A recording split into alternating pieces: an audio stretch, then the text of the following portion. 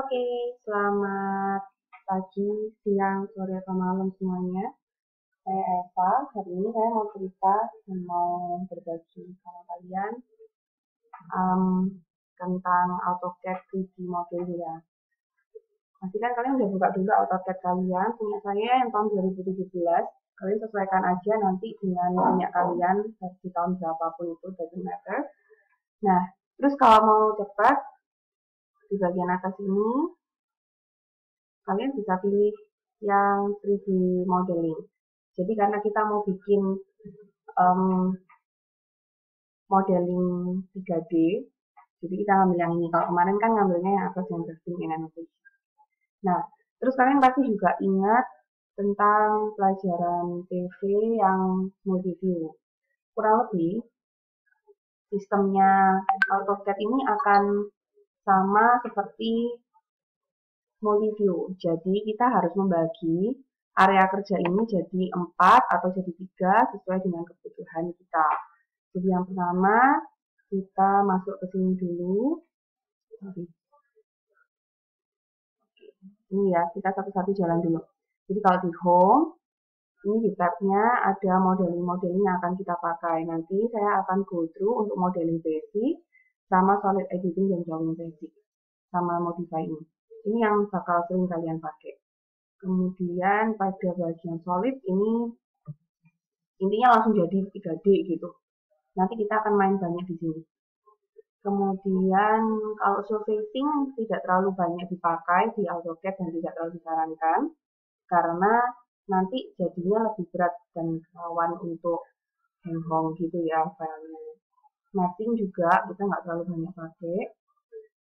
Tapi nanti kita akan ada sectioning kalau mau, tapi nanti saya ajarin yang agak lebih gampang lah caranya ya. Nah, kemudian ini twin yang atas, bawah, dan segala macam. Nah, di sini kita akan ngatur viewport kita. Viewport itu ini ya, area kerja kita. Nah, viewportnya kalian bisa atur, mau bagi 2, bagi 3, bagi 4. Kalau saya pribadi, saya lebih biasa dengan bagi 3 seperti ini. Oke. Nah, kalau sudah dibagi sesuai dengan kebutuhan, maka kalian bisa ngatur. Ini mau tanpa apa, ini mau tanpa apa, ini mau tanpa apa. Yang ini saya atur supaya jadi tanpa atas, yang di sini saya atur untuk jadi tanpa depan aja. Nah, yang di sini saya mau atur untuk jadi isometris. Seperti yang saya tadi sudah sampaikan, bahwa sistem kerjanya ini untuk AutoCAD itu sama seperti kalau kita bikin multiview. Jadi, kalau misalnya saya bikin box di sini,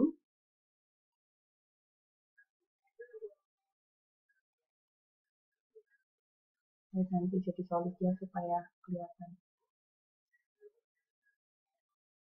Nah, maka di bagian tanpa atas, box saya akan menunjukkan tanpa atas dari box yang saya gambar di sini. Tanpa depannya juga begitu. Saya tambahin ya supaya kelihatan. Jadi nggak kasih box, tinggal klik.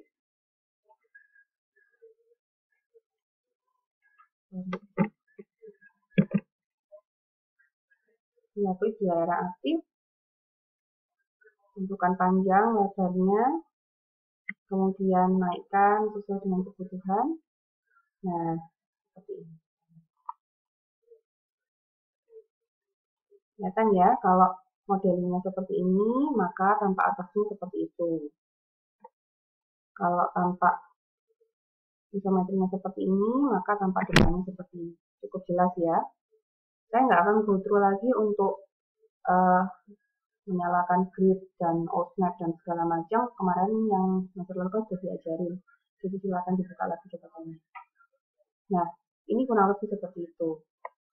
Ini untuk yang box. Kalau silinder sama juga seperti ini. Kalian bisa gambar kayak saya misalnya di isometrinya, atau bisa juga gambar di tampak-tampaknya. Jadi kalau misalnya saya gambar di tampak atas, katakan saya tentukan diameternya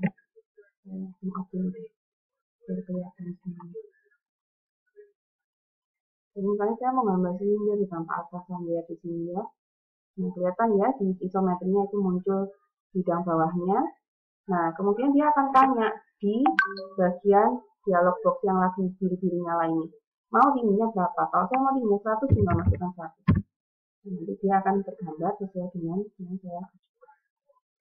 Kalau saya mau bikin ini lebarnya saya mau ganti, gimana? Titik dulu, kemudian silakan diatur sesuai dengan kebutuhan. Misalnya saya mau ganti jadi 300 gitu ya.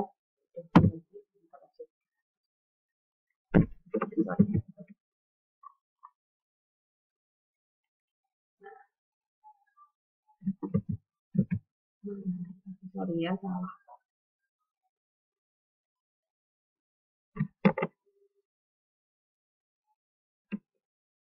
Ini yang biru ini bukannya aktif.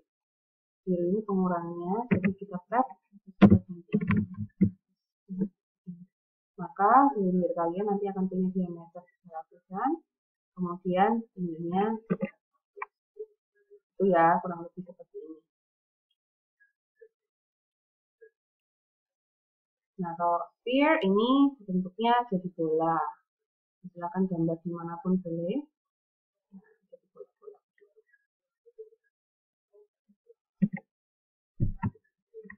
Di sini paham dulu ya. Nah, sekarang saya akan tambahkan sedikit yang sebetulnya bikin AutoCAD ini agak sedikit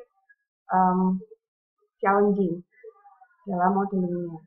Kalau kalian perhatikan di isometri kalian pasti ada sumbu X, Y, Z. Kita selalu gambar di sumbu X dan sumbu Y. Kayak di kertas kita selalu gambar di sumbu X dan sumbu Y. Masalahnya sekarang kalian lihat ini sumbu X, Y, saya kebalik. Bener nggak? Harusnya ini X, ini Y. Malah jadi Y-nya di sini. Nah, kalau saya punya sumbu yang terbalik seperti ini, maka kata saya jadinya saya cuma bisa gambar di sisi XY yang tegak seperti ini. Jadi kalau misalnya saya gambar box, nah boxnya mau saya tarik-tarik gimana juga dia bisanya di kertas yang masih seperti ini. Kalau saya mau mengembalikan lagi, apa yang harus saya lakukan? Kalau saya mau mengembalikan lagi, saya bisa melakukan ini.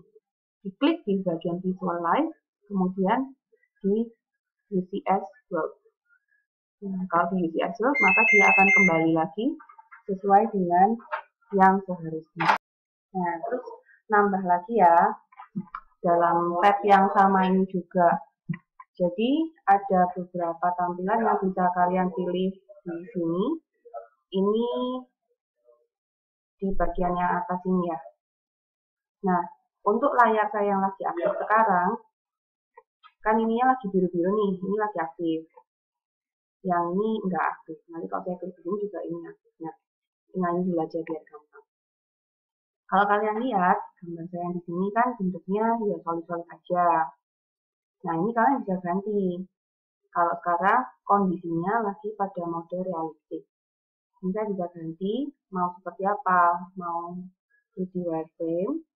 Ini nanti membantu kalau misalnya saya mau naruh benda saya ini, oh ini dipindah ke sini nih, atau dipindah ke tengah, ke ujung sini. Nah, ini lebih efektif untuk membantu gitu ya. Nah, tapi kalau misalnya saya pakai yang mode lain, misalnya virtual, nah mungkin agak sulit. Nah, yang bisa pindah-pindah presisi itu mungkin nanti cuma kalian kalau sudah pakai wireframe, karena kan gambarnya nanti bakal numpuk-numpuk. Nah, karena gambarnya bakal numpuk-numpuk dan banyak, maka selalu usahakan untuk setting layer dan dibeda-bedakan warnanya supaya nggak bingung. Masih ingat ya caranya bikin layer di sini.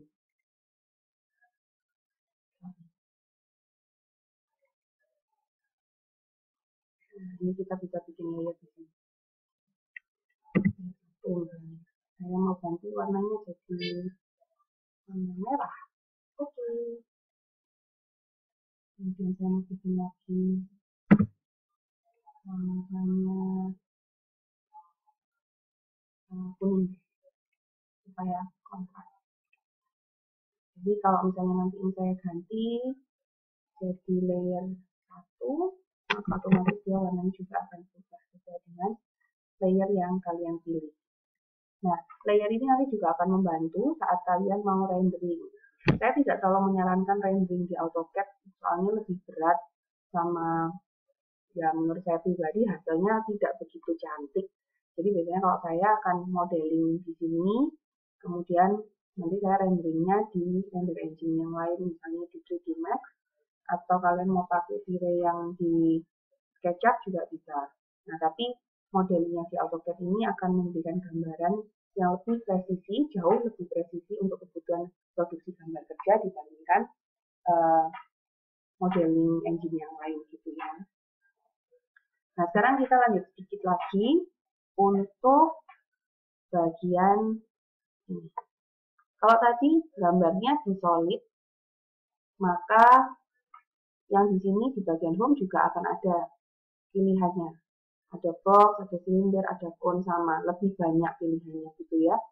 Jadi kalau misalnya mau cone, ya nanti bikin lingkaran bawahnya dulu, kemudian dinaikkan.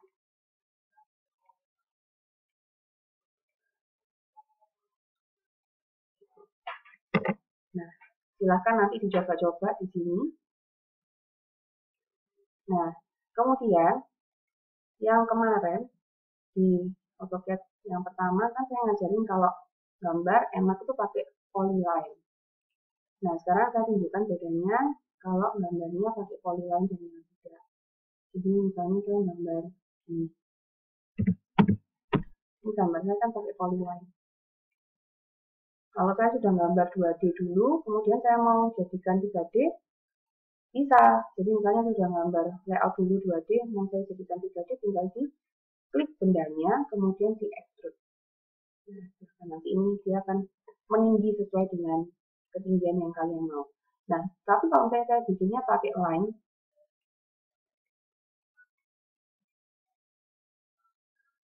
ini ya. Ini kalau saya extrude, dia tidak bisa jadi satu bangunan yang utuh.